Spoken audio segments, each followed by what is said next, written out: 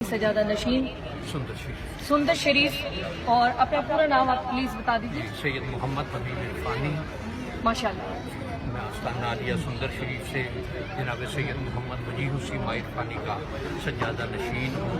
اپنے دور کے شاعر مترجم جنہوں نے قرآن مجید کا ترجمہ کیا اور وہ آج بھی A+TV پر چل رہا ہے. آپ بھی کچھ فرما دیجئے کہ عورتوں کا کیا مقام ہے, انسانیت کا کیا مقام ہے. دیکھیے عورت جو دین اسلام نے عزت اور توقیر عورت کو دی ہے وہ کسی پہلے مذہب نے دی. سبحان اللہ. اسلام نے جہاں عورت کے لیے حق وراثت رکھا, جہاں عورت کے لیے والد کی جو بھی اس کے بڑے ہیں ان کی جائیداد میں حصہ رکھا, وہاں خامد کے ساتھ اس پر ذمہ داری اس کی ڈالی ہے کہ اگر وہ غیر شادی شدہ ہے تو باپ یا بھائی کی ذمہ داری ہے, شادی شدہ ہے تو خامد یا بیٹے کی ذمہ داری ہے. اور اس میں یہ بات دوسری کہ ہمارے ہاں ایک عام کنسیپٹ یہ ہے کہ عورت اگر ورکنگ وومن ہے, اس کی کمائی اس کی مرضی پر ہے کہ اگر وہ چاہے, اور یہ دین اسلام کے احکامات ہیں کہ اگر وہ چاہے تو اپنے گھر والوں پر خرچ کر سکتی ہے,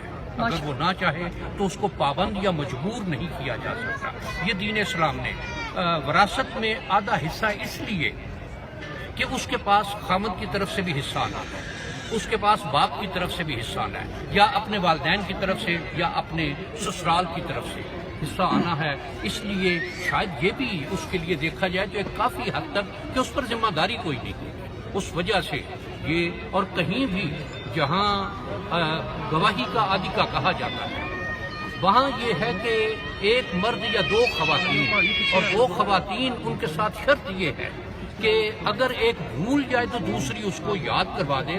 دو خواتین کی گواہی نہیں ہے, ایک اس کی سپورٹر ہے کہ اگر اس کے کسی وقت, اور یہ شاید ایک فزیکل مسئلہ ہے یا بایولوجیکل مسئلہ ہے یا میڈیکل مسئلہ ہے کہ کچھ وقت ایسا آتا ہے کہ جب خاتون اپنے کچھ معاملات میں جو وہ کہنا چاہ رہی ہوتی ہے یا ذہن میں ہوتا ہے وہ اس کو یاد میں نہیں رہتا, تو اس وقت میں ایسی اگر کیفیت ہو یا حالت ہو تو دوسری عورت جو ہے وہ اس کو یاد کروانے والی ہے. ایک سوال ہو, کیا یہ جائز ہے کہ ایک مرشد سجادہ نشین اپنے والد کے یا اپنے پیر و مرشد کی گدی پہ بیٹھ کر ہزاروں قسم کے خادمائیں اور خادمینوں کو رکھے اور ان کو عورت صرف اس نیت سے دیکھے کہ یہ صرف خادمائیں ہیں, کیا یہ جائز ہے سجادہ نشینوں کے لیے؟ نہیں, دیکھیے خادمائیں جو ہیں وہ خدمت کرنے والی عورتیں, اس میں یہ ہے کہ اگر جب مرد مل رہے ہیں تو پھر خاتون کو اس منصب پر نہیں لانا چاہیے, اس لیے کہ خاتون کی تکریم یا عزت وہ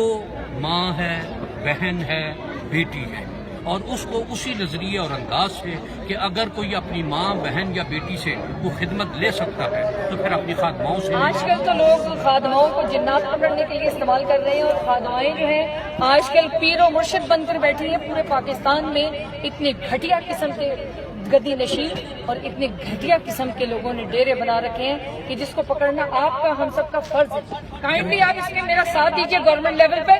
میں عمران خان سے بھی اپیل کروں گی کہ اس کے لیے فوری طور پہ جو ہے بین المذاہب کی طرف سے کارروائیاں شروع کر دیں. دیکھیے اس میں ایک بات کہی جاتی ہے کہ جعلی پروفیسر, جعلی ڈاکٹر, جعلی نوٹ, جعلی پیر, جس شے کی اہمیت ہوتی ہے اس کی نقل مارکیٹ میں آتی ہے. بالکل.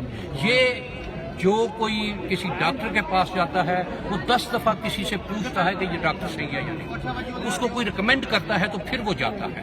جب اس کو یہ یقین ہو جاتا ہے کہ وہ صحیح ہے, نوٹ جعلی مل رہا ہے تو وہ چیک کرتا ہے ضرور. کیا کمروں میں بند کر کے خادمائیں دوسروں کے جن اتار سکتی ہیں؟ دیکھیے یہ ہمارے ہاں تو یہ طریقہ کار نہیں. اگر ایسا ہو تو اس کا کیا سد بات کیا جائے؟ دیکھیے یہ چیزیں, یہ کام جنات یقیناً اس کائنات میں ہیں, لیکن میں اپنے مشاہدے میں یا اپنے تجربے کی بات گزارش کروں کہ شاید 100 میں سے ایک ایسا مریض ہوتا ہے جس کو بنیادی طور پر یہ تکلیف. میں نے عرض کیا کہ میں گزارش کرتا ہوں وہی کہ باقی 99% مریض جو ہیں وہ میڈیکل کا, اور ہمارے ہاں یہ جعلی پیروں کا, جعلی آستانوں کا یہ کام ہے. اب ایک شے دیکھیے کہ سرگودا میں کچھ عرصہ پہلے 20 آدمی قتل کر دیے گئے. جی ہاں. یہ کسی طریقت میں, کسی تصوف میں کسی بزرگ کے ہاں یہ قاعدہ کرینہ کبھی بھی نہیں رہا. یہ ان لوگوں پر اور جوتے لگنے چاہیے ایسے لوگوں کو جو اس طرح کے لوگوں کے پاس جاتے ہیں کہ جن کا نہ نماز سے، نہ روزے سے، نہ دین سے، نہ دین کے احکامات سے، نہ دین کی تعلیمات سے کوئی تعلق ہے.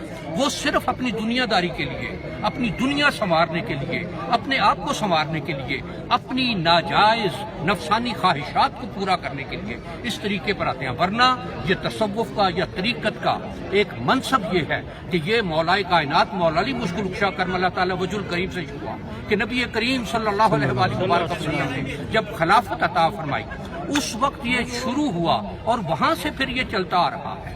اور اس میں جو ہمارے اکابر صوفیاء ہیں یا سلف صوفیاء ہیں ان میں سے ایک حضرت ابو حسن خرقانی رحمہ اللہ تعالیٰ کا یہ ارشاد ہے کہ ان کی خانقاہ کے باہر یہ لکھا ہوا تھا کہ اس خانقاہ میں آنے والے سے اس کا مذہب مت پوچھا جائے. بے شک اس کو پہلے